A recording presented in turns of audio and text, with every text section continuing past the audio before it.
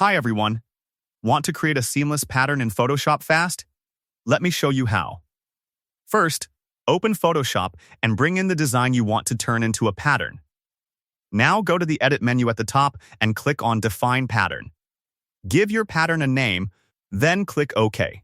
Your pattern is now saved. Next, go to File, then click on New to create a new document. Choose any canvas size you want and click Create. After that, go to the bottom of the Layers panel and click on the Adjustment Layer icon. From the menu, select Pattern. A new window will pop up. Click on the drop-down arrow next to the Pattern Preview and select the pattern you just created. Now adjust the scale to make it bigger or smaller until it looks perfect. Once you're happy with it, click OK. And that's it. That's how you create a seamless pattern in Photoshop quickly and easily.